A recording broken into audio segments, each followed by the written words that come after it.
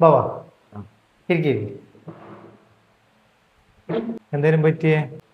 അത് മുമ്പ് ഒരു ഓപ്പറേഷൻ കഴിഞ്ഞു ഡോക്ടറെ, വയറിന്. ആ ആ അന്നേരം ഒന്നും കുഴപ്പമൊന്നും ഉണ്ടായിട്ടില്ല.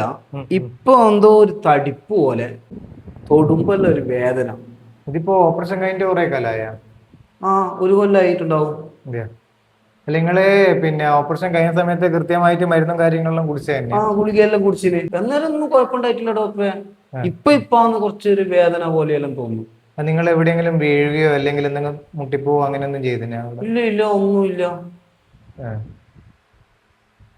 ഇപ്പൊ എന്താന്ന് അറിയില്ല, ഒരു ഒരു ഉൾഭയമല്ലോ, അതുപോലും കുഞ്ഞു മക്കളെല്ലാം ഉള്ളത്. അല്ല അത് പേടിക്കേണ്ട ആവശ്യമൊന്നുമില്ല. അല്ല പോട്ടെ, നിങ്ങൾക്ക് പുകവലി ഉണ്ടോ? കാരണം നിങ്ങളിപ്പോ സംസാരിക്കുമ്പോൾ തന്നെ ചെറിയൊരു മണം എനിക്ക് അനുഭവപ്പെടുന്നുണ്ട്, അതുകൊണ്ട് ചോദിച്ചാ.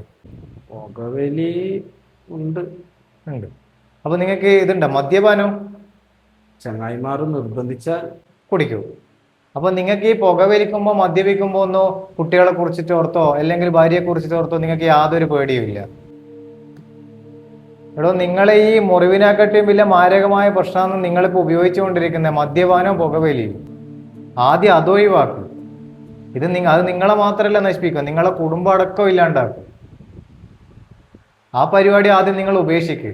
ഇതെല്ലാം കൃത്യമായിട്ട് മരുന്ന് കുടിച്ചാൽ നിങ്ങൾക്ക് മാറും.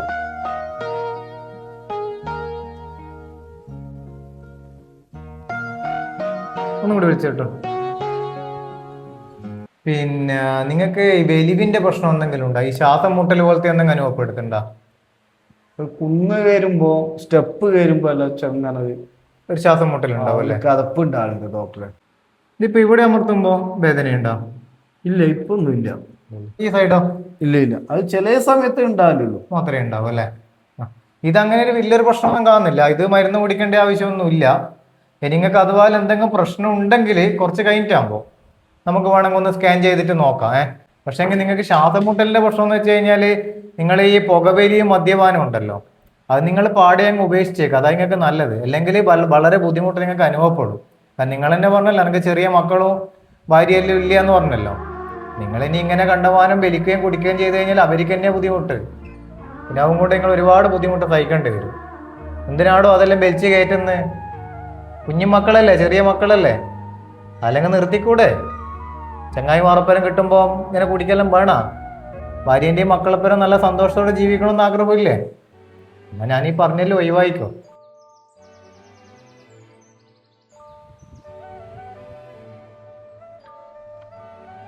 ശരിയാ. എന്നാ പിന്നെ ശരിയാ.